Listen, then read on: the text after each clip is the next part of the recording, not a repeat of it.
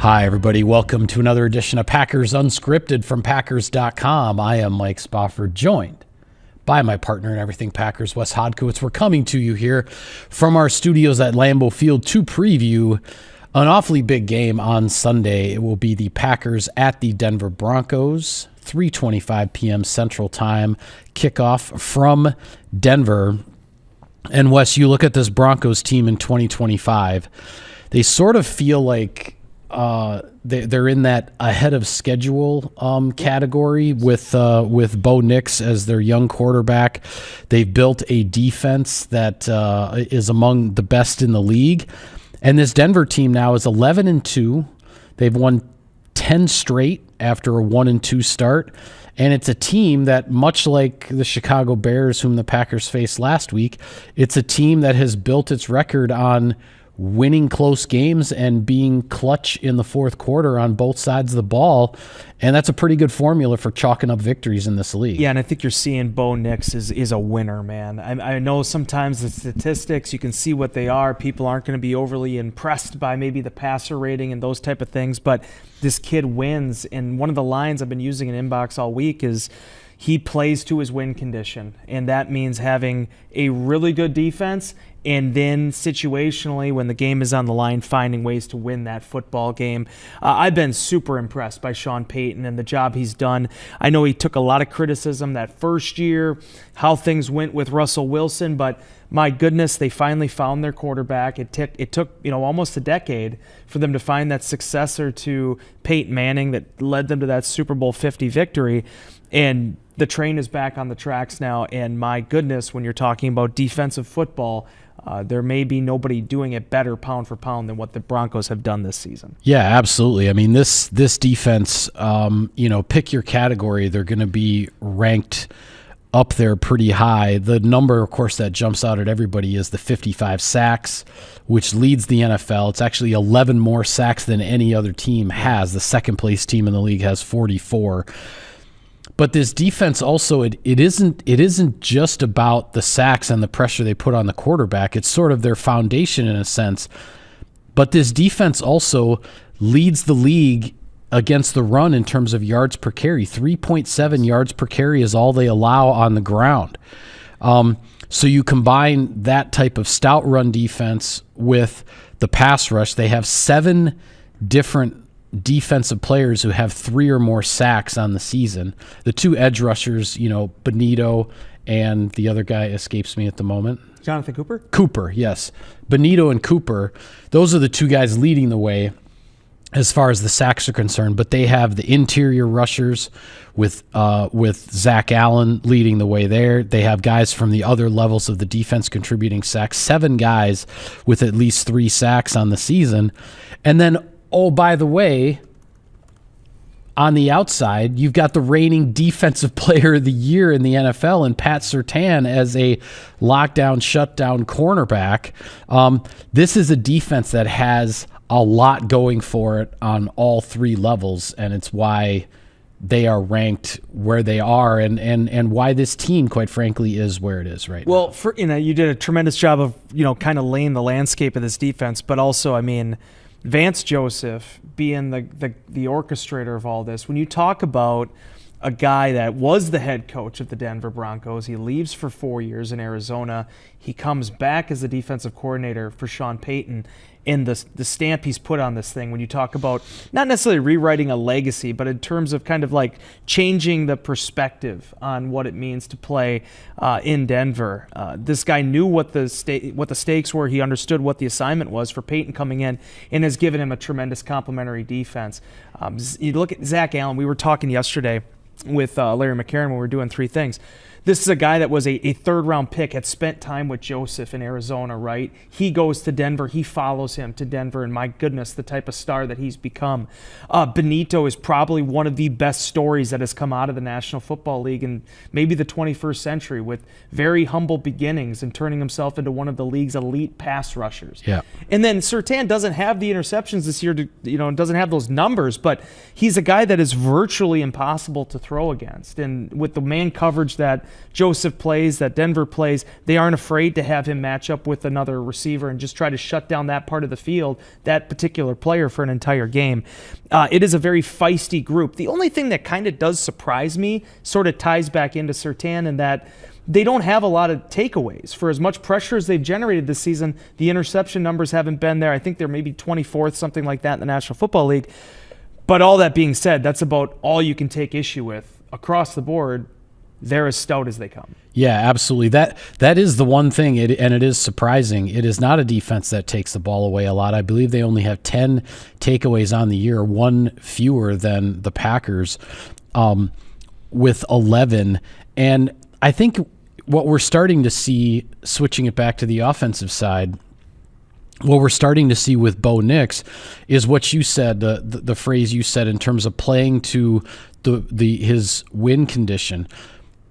Bo Nix is going to take the short stuff and throw the receiver screens and do all of that, possession, move the ball stuff that Sean Payton likes to do. Yep. But Bo Nix is also going to take his chances. He's going to take his shots down the field.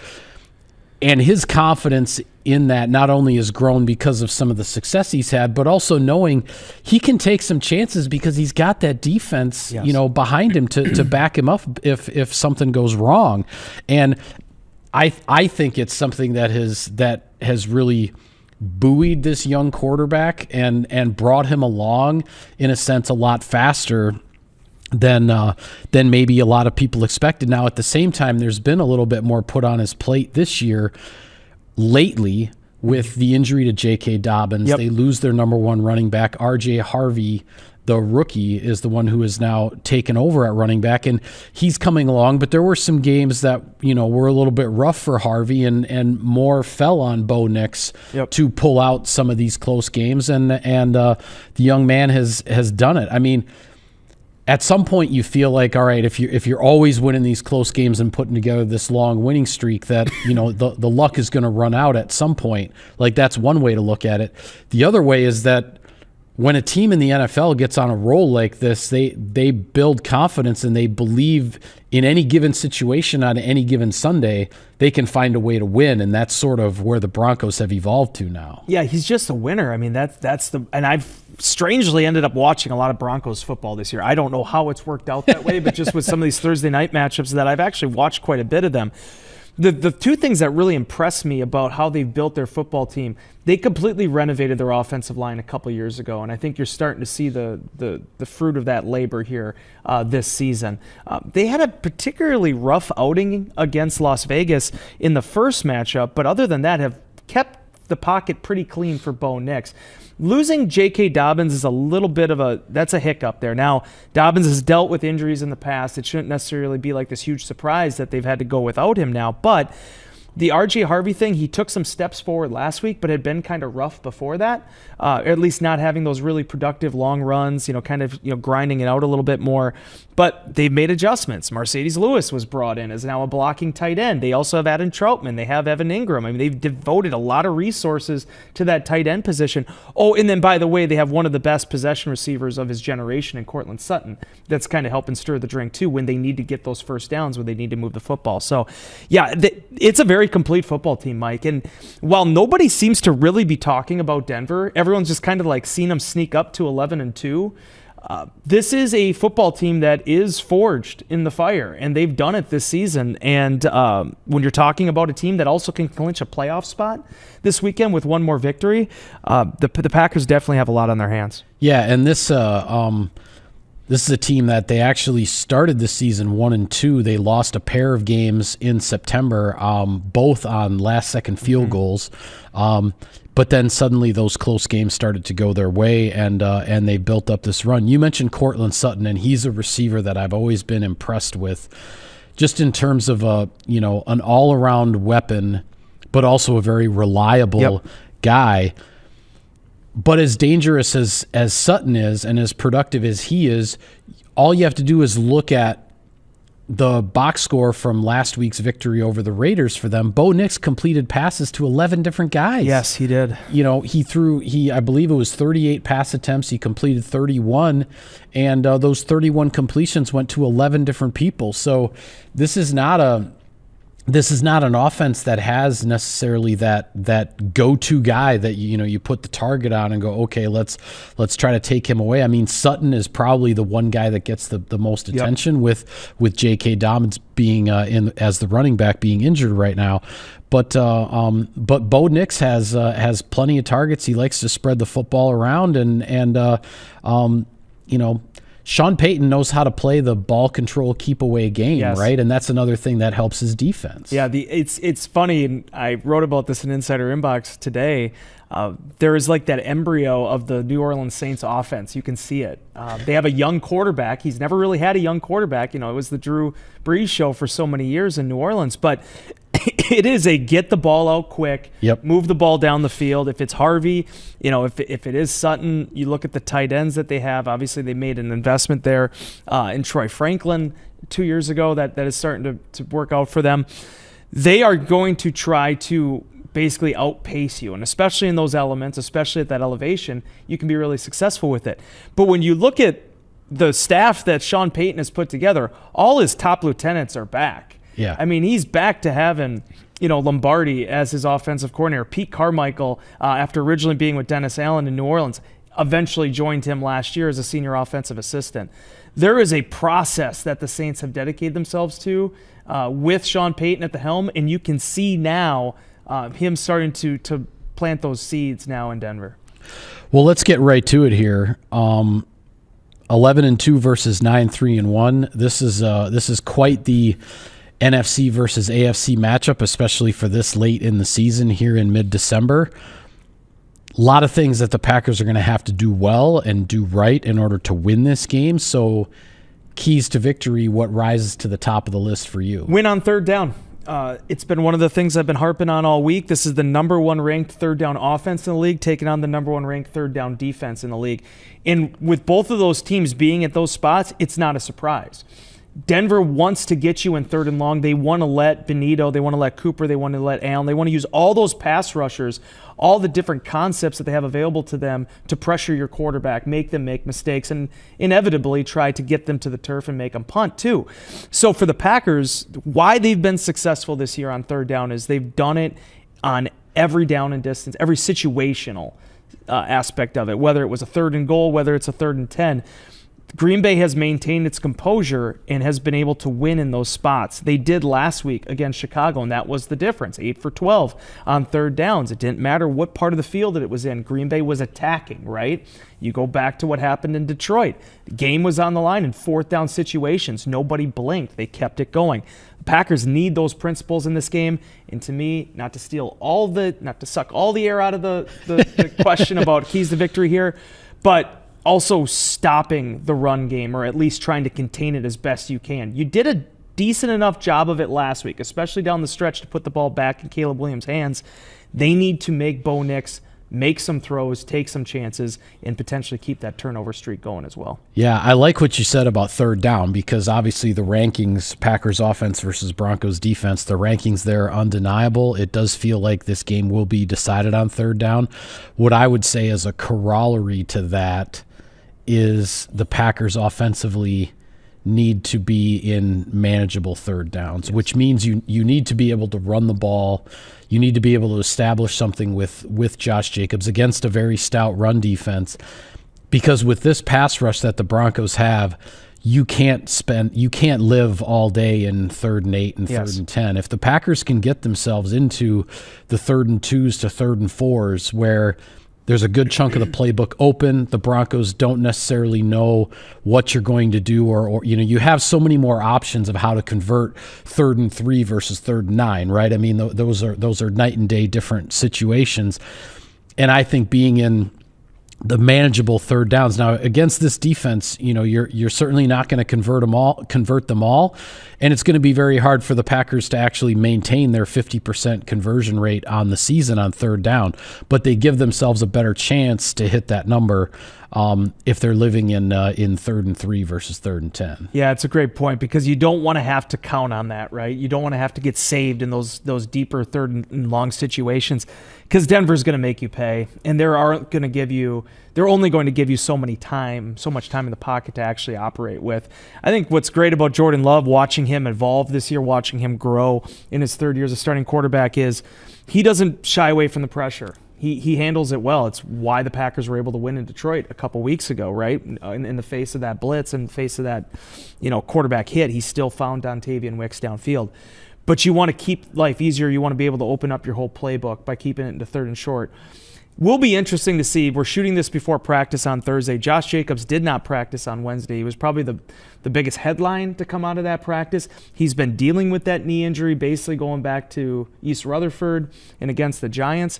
So we'll have to see exactly where he is in this grand scheme of things. But getting him going, getting this run game going, allowing Matt LaFleur and Jordan Love to kind of cook off of that, definitely going to be paramount. Yeah, my hope with regard to Josh Jacobs and missing practice on Wednesday, and again, I don't know anything, but my hope with that is that because the Packers ended up practicing inside on Wednesday because of the snowstorm that fell late Tuesday night in Green Bay, and the outside practice field wasn't ready. So they had to practice inside, and Jacobs just didn't want to spend 2 hours on the artificial surface inside pounding on that knee. So it was like, all right, I'm gonna give myself a rest day with the knee here. Hopefully that's what it is, and we'll see. Probably done enough to earn a vet rest day too, right? Yeah, even though he's in, if you have an injury, you that's can't the thing. that. But you know what? Josh Jacobs is going to say, don't put it as vet rest on the injury report, because that's, he's probably demanding that it not be listed, that way.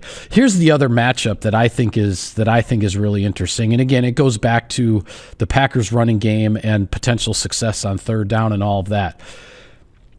You have Nick Bonito and Jonathan Cooper on the edges. The Packers have Rasheed Walker and Zach Tom.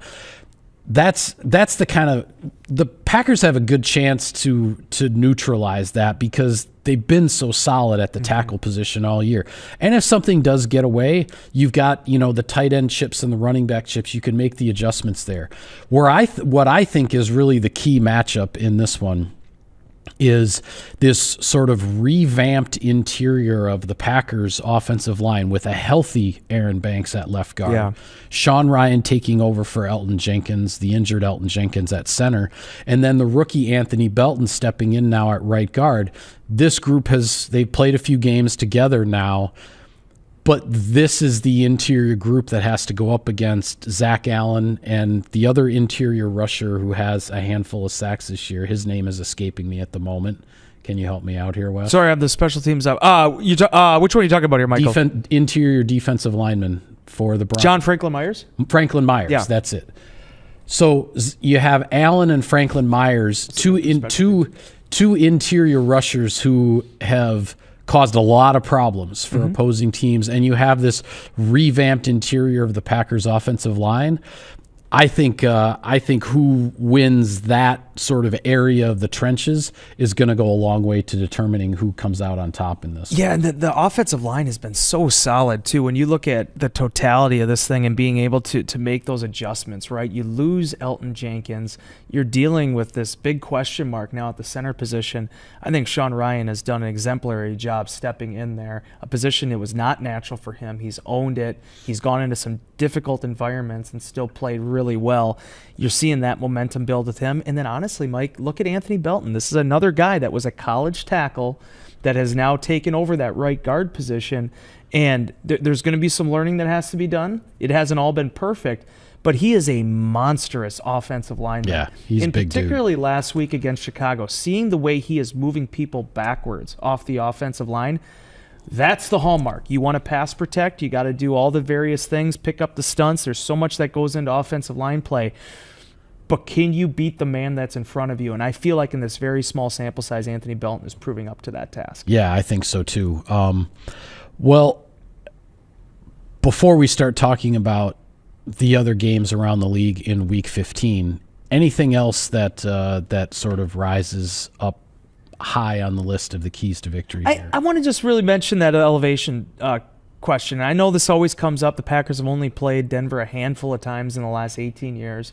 But this is going to be a switch up. Now, I think one thing we've seen with technology and advancement of all this stuff is there really isn't a benefit to going out there a day early. I think Mike McCarthy maybe did once, if I remember right. It was in 2015. I actually mentioned this in Insider Inbox. The team did not go out a day early, but the team traveled early Saturday morning before a Sunday game and practiced at a Denver area high school on Saturday afternoon.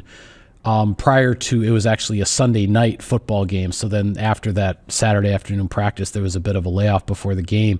And then the Packers just got annihilated by Peyton Manning and the Broncos. Now, that was the Peyton Manning Broncos team that won the Super Bowl that year. That defense was good. Yeah, and won it pretty convincingly. But yeah, I looked it up this week. The total yards in that game in 2015, it was 500 to 140. Yeah. I mean, it was... Aaron Rodgers threw for 77 yards, I think. I mean, that was the Packers, who were 6-0 at that time, got absolutely dominated by the Broncos, and that Broncos team ended up going on to win the Super Bowl. But yeah, to your point about the elevation, I don't think there's been anything proven by teams as far as visiting Denver, trying to go a day early and acclimate to you got to do it like a week and all that. Yeah, it's it needs to be more than that. I will say this: the Packers were just in Denver 2 years ago with that young 2023 team that at that time was struggling quite a bit and was trying to figure a lot of things out. But the Packers actually were kind of the better team in the fourth quarter of that game, and had it not been for a very highly questionable holding call on Elton Jenkins when the Packers were driving to try to get in position for a game-winning or at least game-leading field goal.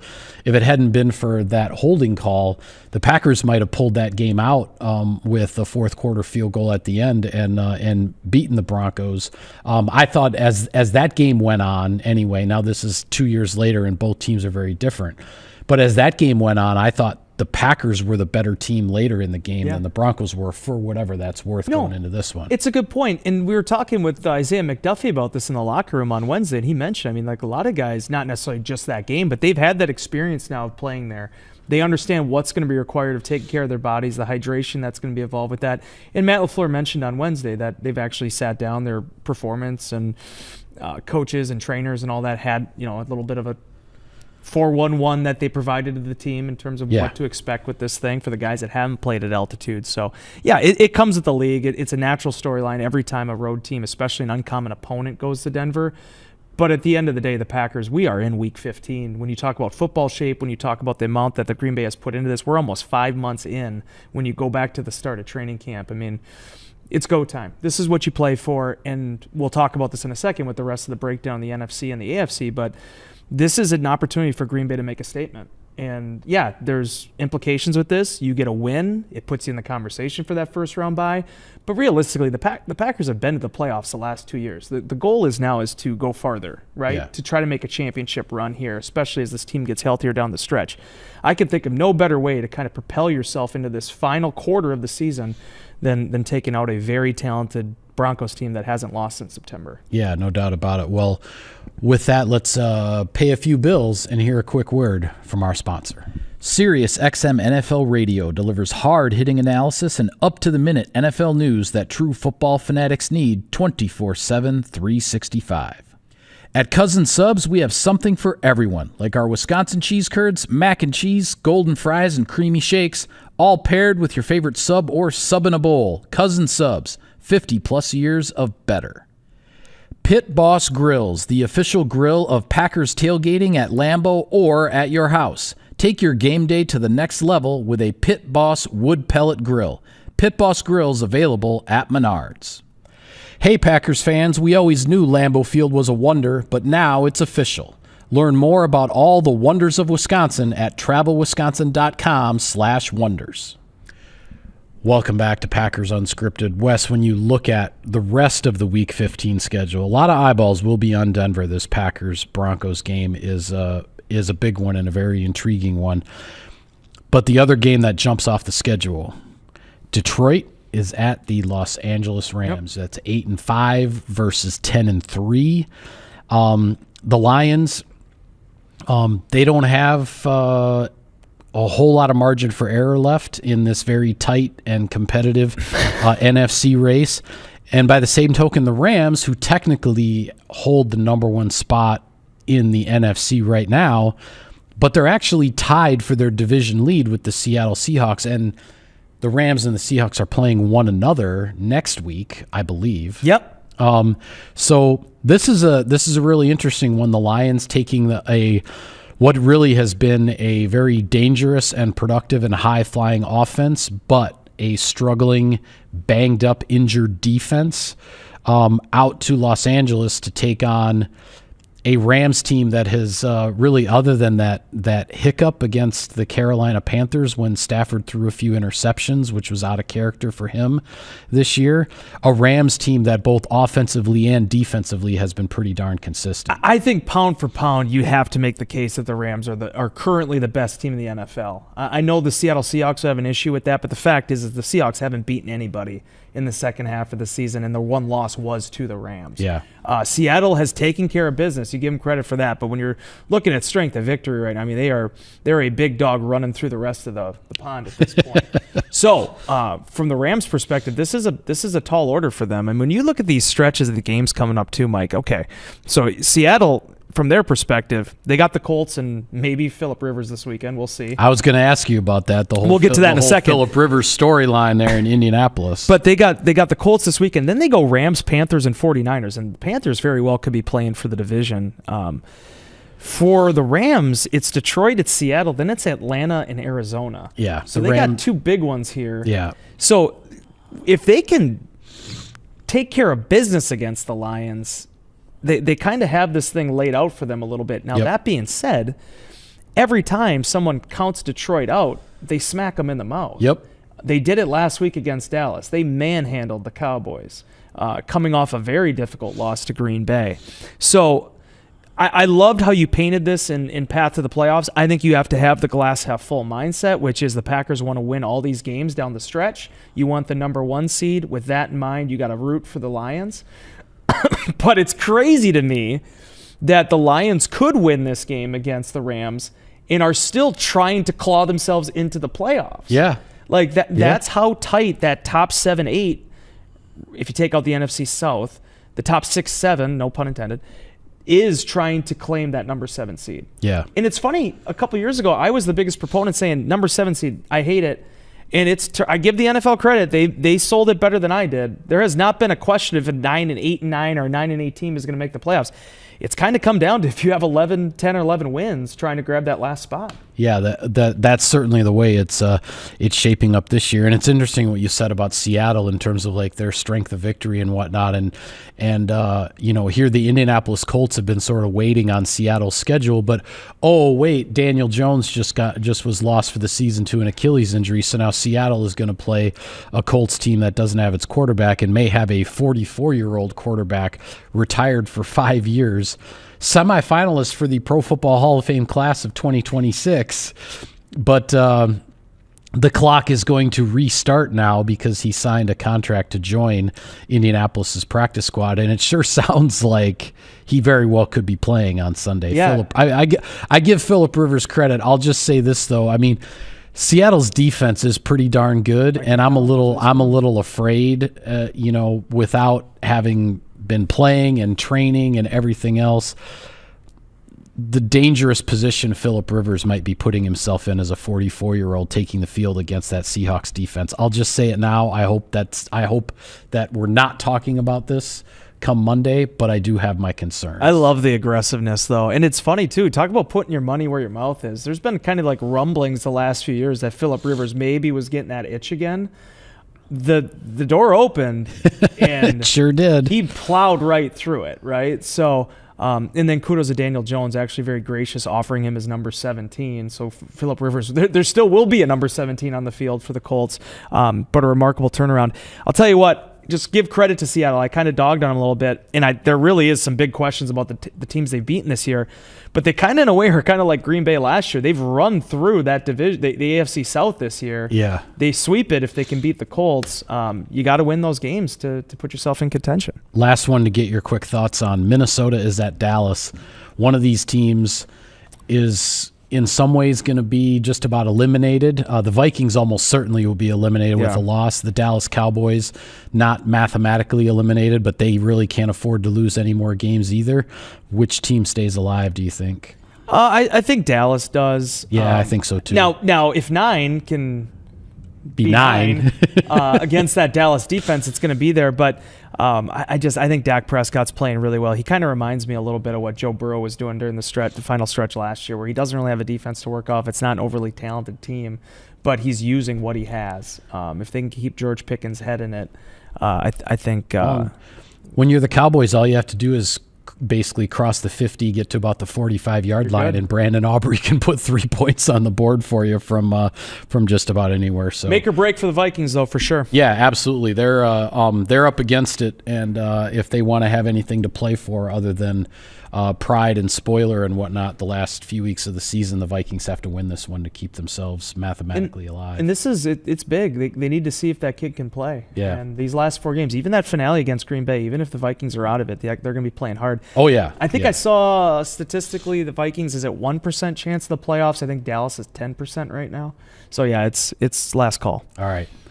With that, we'll call it a wrap on this edition of Packers Unscripted. Be sure to follow all of our coverage of the team and all of our coverage of Sunday's big game from Denver. We'll have it all for you on Packers.com. For Wes, I'm Mike. Thank you for tuning in, everybody. We will see you next time.